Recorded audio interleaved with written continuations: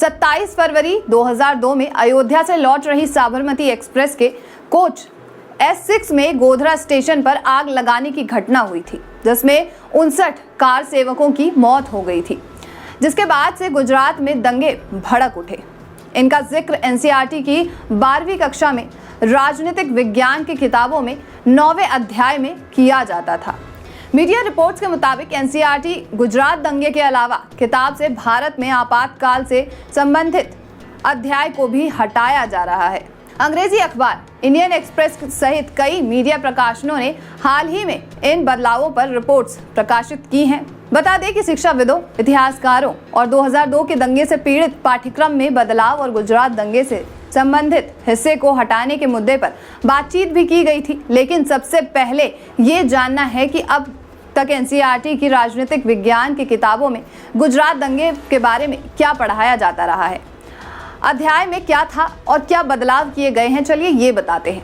NCERT की 12वीं की राजनीतिक विज्ञान की किताब का अध्याय 9 भारतीय राजनीति में हाल के विकास पर आधारित थी। इसमें 1990 के दशक और उसके बाद के वर्षों में भारतीय राजनीति पर जानकारी दी गई थी। इस पाठ में छात्रों को बीजेपी नेता लालकृष्ण आडवाणी के सोमनाथ से अयोध्या तक के रथ यात्रा, मंडल आयोग जैसे मुद्दों की जानकारी दी गई थी। पाठ में विस्तृत तौर पर उस दौर के गठबंधन राजनीति की बातों को शामिल किया गया था। साथ ही इसमें गुजरात दंगों की बातों के बारे में भी बताया गया था। इस अध्याय में सांप्रदायिकता, धर्मनिरपेक्षता और लोकतंत्र पर चर्चा शामिल थी, जिसमें देश के हिंदुत्व की राजनीति की शुरुआत, अयोध्या मामला, बाबरी मस्जिद का विध्वंस और उसके बाद गोधरा में साबरमती एक्सप्रेस के S6 कोच को जलाना और आने वाले सांप्रदायिक दंगे इत्यादि शामिल थे। छात्रों में मुद्दे की बेहतर समझ बने, इसके लिए इस अध्याय में उस समय की अंग्रेजी प्रिंट मीडिया की हेडलाइन की पेपर कटिंग को भी शामिल किया गया था, जिसमें Gujarat is burning, an eye for eye, blindness, Gandhinagar, Gujarat कांड में कोई कसर नहीं छोड़ी गई थी। गुजरात कांड, अब बोल्ड पीएम जैसी सुर्खियों की कटिंग का इस्तेमाल किया गया था। तत्कालीन प्रधानमंत्री अटल बिहारी वाजपेयी ने गुजरात के तत्कालीन मुख्यमंत्री नरेंद्र मोदी के बारे में जो कहा था वो भी इस अध्याय में शामिल किया गया था, जिसमें उन्होंने मुख्यमंत्री से राजशाही के पालन के बारे में बातचीत की थी।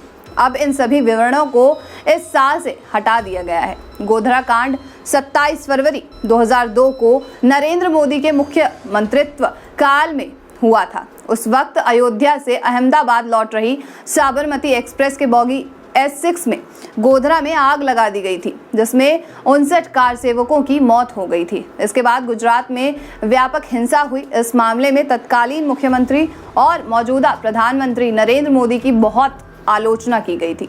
सरकार द्वारा संसद में दी गई जानकारी के अनुसार 2002 में गुजरात में हुई हिंसा में 790 मुस्लिम, 254 हिंदू मारे गए थे, 223 लोग लापता हो गए थे और 2500 घायल हुए थे। इसके अलावा सैकड़ों करोड़ों रुपए की संपत्ति को नुकसान हुआ था। गुजरात दंगे की भयावह और लोगों की दुर्दशा की एक ज्वलंत तस्वीर अभी तक लोगों के जहन में छपी हुई है, जिसमें एक आदमी रो रहा है और हाथ जोड़कर मदद मांग रहा है। ये तस्वीर अहमदाबाद में रहने वाले कुतुबुद्दीन अंसारी की है और इस तस्वीर में गुजरात में हुई हिंसा की तरफ देश दुनिया का ध्यान खींच लिया था। बात के दौरान हुई कुतुबुद्दीन अंसारी ने कहा कि क्या होगा अगर इन सभी चीज़ों को किताब से हटा दिया जाए। हर समुदाय के लोग 2002 के दंगे को आने वाले कुछ सालों तक याद रखेंगे, क्योंकि हम जैसे कई लोगों को इतना नुकसान उठाना पड़ा था। उन्होंने ये भी कहा कि जिन लोगों को इस दंगे और उसके दर्द के बारे में जानने की ज़रूरत है, उन्हें पता होगा कि उन्हें इन किताबों की ज़रूरत नहीं है। अंसारी फिलहाल अपने परिवार के साथ अहमदाबाद में रहते हैं और सांप्रदायिक एकता के लिए गुजरात दंगे के एक और चेहरे और हिंदू मित्र अशोक मोची के साथ मिलकर काम करते हैं। अंसारी के मुताबिक गुजरात दंगे की जानकारी एक पीढ़ी से दूसरी पीढ़ी तक पहुंचती रहेगी और किताबों में बदलाव से कोई असर नहीं होगा। 2002 के गुजरात दंगों में अहमदाबाद के नरोदा पाटिया इलाके में एक बड़ा नरसंहार भी हुआ था। सुप्रीम कोर्ट की ओर से नियुक्त नरोदा पाटिया मामले की जांच कर रही एसआईटी के सामने सलीम शेख मुख्य गवाह है। दंगों में शामिल शेख के परिवार की कई सदस्य मारे भी गए थे। बात करते हुए उन्होंने कहा है कि जिन लोगों के खिलाफ हमने नरोदा पाटिया मामले में मामला दर्ज किया है वो अब सत्ता में है। इस पार्टी के विधायक और नेता आदि को इस मामले में दोषी ठहराया गया था। अब जब इन लोगों के पास पूरी ताकत है तो वो इतिहास बदलने की कोशिश कर रहे हैं। नरोदा पाटिया का क्या, वे भी ताजमहल का इतिहास बदलना चाहते हैं। हम क्या ही कर सकते हैं। आधिकारिक तौर पर नरोदा पाटिया में हुए दंगे में 97 लोग मारे गए थे, लेकिन सलीम शेख के दावे के मुताबिक वास्तविकता में इससे कहीं ज्यादा लोगों की जान गई थी। शिवसेना के घर में फूट डालने के पीछे बीजेपी के होने का ये 5 संकेत उन्होंने जारी किया है। क्या सरकार ऐसी ऐतिहासिक बहस से डरती है? इस बारे में एनसीईआरटी को ईमेल भी किया गया था, लेकिन कोई जवाब अभी तक मिला नहीं है। लेकिन इंडियन एक्सप्रेस अखबार से एनसीईआरटी के निदेशक दिनेश प्रसाद सकलानी ने कहा है कि ये पूरी प्रक्रिया मेरे कार्यभार संभालने से पहले हुई थी और इससे मुझे विवरण की जानकारी नहीं है। सकलानी को फरवरी 2022 में नियुक्त किया गया था। सकलानी से पहले एनसीईआरटी के निदेशक रहे श्रीधर श्रीवास्तव ने इंडियन एक्सप्रेस अखबार को ये भी बताया था कि ये एनसीईआरटी का फैसला है और अब सार्वजनिक हो गया है। गुजरात विश्वविद्यालय के इतिहास विभाग के प्रमुख अरुण वाघेला ने बताया है कि मेरा मानना है कि इतिहास को तब तक नहीं पढ़ाया जाना चाहिए जब तक कि जानकारी अभिलेखागार में ना हो और घटना के भी 30 साल पूरे होने चाहिए।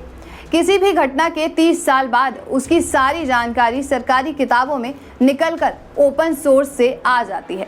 मेरा मानना है कि गुजरात के दंगों पर वर्तमान में अकादमिक रूप से चर्चा नहीं की जानी चाहिए, क्योंकि इसकी जानकारी ओपन सोर्स के रूप में उपलब्ध नहीं है। समाजशास्त्र के सेवानिवृत्त प्रोफेसर गौरांग जानी पहले अपने छात्रों को गुजरात में हिंसा सहित कई सामाजिक मुद्दों पर पढ़ा चुके हैं। वो 2002 के दंगों के बारे में छात्रों से बात करें, भले ही वो किसी किताब में हो या ना हो। जानी कहते हैं मौजूदा प्रधानमंत्री नरेंद्र मोदी पर दंगों में सीधे शामिल होने का आरोप लगाया गया था। एनसीईआरटी का ये अध्याय उनकी उस धर्मनिरपेक्ष छवि में बाधा था जिससे मौजूदा स्थिति में वो बनाना चाहते हैं, इसलिए इसे हटाना पड़ा। गौरंग जानी का कहना है कि अब से गुजरात दंगों की तरह 1975 का आपातकाल भी नहीं पढ़ाया जाएगा। इसी तरीके की दिलचस्प कहानियों के लिए और इतिहास की चीजों को जानने के लिए देखते रहिए नजर टुडे।